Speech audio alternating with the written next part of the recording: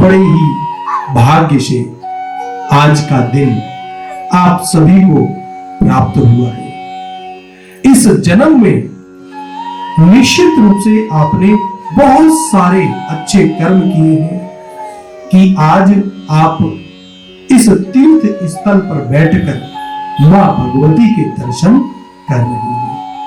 न जाने कितना लंबा समय फिर आए कि हम एक साथ इस तीर्थ स्थल पर बैठ पाए। तो आखिरी दिन जितना कुछ बटोर पाए बटोर लीजिए। मां भगवती की कृपा से आज हम इस श्रीमद् देवी भागवत पुराण का एक बार फिर से पान कर रहे हैं। और कल की तरह से ही मैं फिर से बोलूंगा कि ना सिर्फ सुने बल्कि आप अपने अंदर उतारें जो मैं आपको बता रहा हूं। देवी भागवत पुराण में शक्तिपीठ की चर्चा मुख्य रूप से नहीं है। शक्तिपीठ के मात्र नाम लेने से ही मनुष्य तर जाता है। उसके लाखों लाखों बुरे पाप खत्म हो जाते हैं। यदि कोई जातक, कोई व्यक्ति यह प्रण करे कि मेरे द्वारा जो भी पाप हुए मैं मां शक्तिपीठ के नाम लेकर उनके लिए क्षमा मांगता हूं, क्षमा याचना करता हूं, तो ऐसा हो नहीं सकता कि वह कर्म हमसे दूर ना हो जाए। देवी भागवत पुराण में 108 शक्तिपीठ की चर्चा की गई। काली पुराण में 26 शक्तिपीठों की चर्चा की गई है। शिव चरित्र में 51 शक्तिपीठों की चर्चा की गई। दुर्गा सप्तशती और चंद्र चूड़ामणि में शक्तिपीठों की संख्या 52 बताई गई है। साधारणतः 51 शक्तिपीठ वर्तमान समय में हमारे सामने मौजूद है। यह शक्तिपीठ कैसे बने इसकी चर्चा हम आज करने वाले हैं। राजा दक्ष की पुत्री सती भगवान शिव से विवाह करने के लिए और भगवान शिव को प्राप्त करने के लिए ललायत थी। अपने तप और अपनी भक्ति की कृपा से मां सती भगवान शिव को प्राप्त करने की जिद लिए बैठी थी।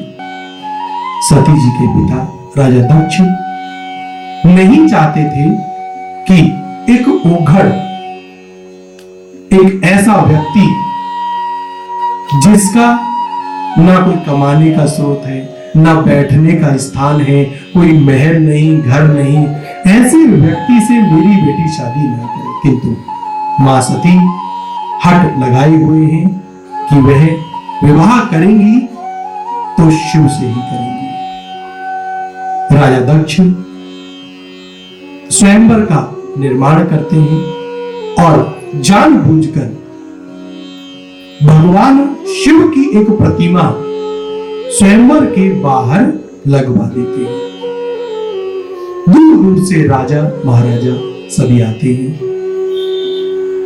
मां सती और भगवान शिव की लीला पिता नहीं समझ पा रहे हैं। वैसे इस संसार में हर पिता यही चाहता है कि मेरी बेटी अच्छे घर में जाए, अच्छे कुल में जाए, अच्छा कमाने वाला व्यक्ति उसको मिले जो कि मेरी पुत्री का लालन पालन अच्छे से कर सके। तो दक्ष जी भी यही चाहते थे। दक्ष जी की नाराजगी का एक और मुख्य कारण यह भी रहा कि भगवान शिव चंद्रमा को, जिस चंद्रमा को श्राप दिया गया है, उस चंद्रमा को श्राप मुक्त करके अपने सर के ऊपर बिठाए हुए हैं। दक्ष जी की नाराजगी का मुख्य कारण यह रहा। स्वयंवर सजा हुआ है, दूर दूर से राजा महाराजा सभी उपस्थित हैं। मां सती अपनी लीला खेलती हुई आती हैं और माला स्वयंवर के बाहर उपस्थित भगवान शिव की प्रतिमा पर डाल देती है और जैसे ही प्रतिमा के ऊपर माला डाली जाती है, भगवान शिव प्रकट हो जाते हैं। चारों तरफ जय जयकार होने लगता है, देवता फूल बरसाने लगते हैं और भगवान शिव और मां सती दोनों विवाह के लिए चल देते हैं। विवाह संपन्न होता है। मां सती और भगवान शिव कैलाश पर्वत पर उपस्थित हैं, अपने स्थान पर बैठे हुए हैं। एक दिन मां सती यह देखती हैं कि बड़े बड़े देवताओं के जहाज, बड़े बड़े देवताओं के रथ आसमान के रास्ते पिता दक्ष के घर की तरफ, महल की तरफ जा रही हैं। राजा दक्ष ने एक महायज्ञ का अनुष्ठान किया है और वह जानबूझकर अपने पुत्री और अपने दामाद भगवान शिव और मां सती को नहीं बुलाते हैं। भगवान शिव से मां सती आज्ञा लेती हैं कि मैं भी अपने पिता के द्वारा किए जा रहे इस अनुष्ठान में शामिल होना चाहती हूं। भगवान शिव पहले मनाने का प्रयास करते हैं, किंतु स्त्री की हट के आगे भगवान भी मजबूर हो गए। भगवान शिव मां को बोलते हैं कि वैसे तो यह बात सत्य है कि कुछ जगहों पर बिना बुलाए भी चला जाना चाहिए। वह कौन कौन सी जगह हैं, भगवान शिव अपने मुख से इसके बारे में बताते हैं। अपने पिता के यहां बिना बुलाए जाया जा सकता है, अपने गुरु के यहां बिना बुलाए, बिना आज्ञा के जाया जा सकता है, अपने परम मित्र के घर बिना बुलाए और बिना आज्ञा के भी जाया जा सकता है। तो देवी, आप वैसे तो अपने पिता के यहां हो रहे इस अनुष्ठान में शामिल हो सकती है। मां सती प्रसन्नता पूर्वक राजा दक्ष के यहां हो रहे अनुष्ठान में शामिल होती है और वहां जाकर देखती हैं कि इस अनुष्ठान में, यज्ञ में भगवान शिव का केवल नाम नहीं लिया जाता, किसी भी तरीके से भगवान शिव के मंत्रों का उच्चारण नहीं हो रहा है। यह अपमान मां सती अपने पति का सहन नहीं कर पाती है। अब यहां हमें यह बात भली भांति समझनी चाहिए कि मां सती अपने पति का अपमान नहीं सहन कर पा रही। कोई भी स्त्री, हर स्त्री का यह धर्म है कि जहां पर पति का अपमान हो वहां नहीं बैठना चाहिए, पति की आलोचना जहां होती हो वहां नहीं बैठना चाहिए। ऐसा स्थान तुरंत शीघ्रता पूर्व छोड़ देना चाहिए जहां पर पति को मान प्राप्त नहीं हो पा रहा। पत्नी के लिए, स्त्री के लिए पति से बढ़कर विवाह पश्चात कोई भी दूसरा हो नहीं सकता है।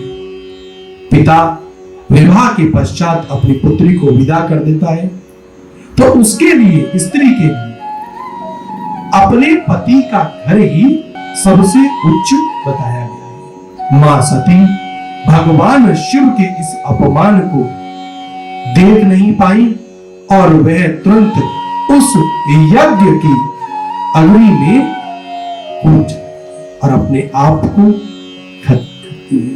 भगवान शिव को जैसे ही यह आभास होता है कि यह अनर्थ हो गया, तो भगवान शिव तुरंत अपनी शक्ति से वीरभद्र का जन्म करते हैं, की उत्पत्ति करते हैं और वीरभद्र को इस यज्ञ को तहस नहस करने के लिए भेज देते हैं। वीरभद्र इस यज्ञ की उपस्थिति में सभी देव गण जो भी उपस्थित थे सभी को तहस नहस करने लगते हैं। राजा दक्ष वहां उपस्थित थे, जिनका की वीरभद्र सर अलग कर देते हैं। राजा दक्ष की यह स्थिति देखकर सभी देवतागण वहां से भागने लगते हैं और यह यज्ञ अनुष्ठान ऐसा ही अधूरा रह जाता है। भगवान शिव मां सती को जलती हुई अवस्था में लेकर अपने कंधे पर उठाए हुए विचरण कर रहे हैं। भगवान शिव की यह स्थिति संसार और ब्रह्मांड के लिए बिल्कुल भी शुभ नहीं बताई। यह दृश्य देखकर भगवान विष्णु बड़े ही दुखी होते हैं।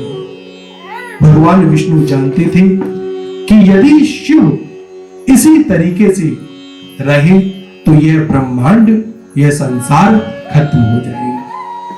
भगवान विष्णु मां सती को उसी समय शरीर के टुकड़े कर देते हैं और यह अंग जहां जहां यह आभूषण मां सती के जहां जहां गिरते हैं वहां शक्ति पीठों की स्थापना हो जाती है। भगवान शिव इसके बाद 90,000 सालों के लिए घोर तपस्या में चले जाते हैं।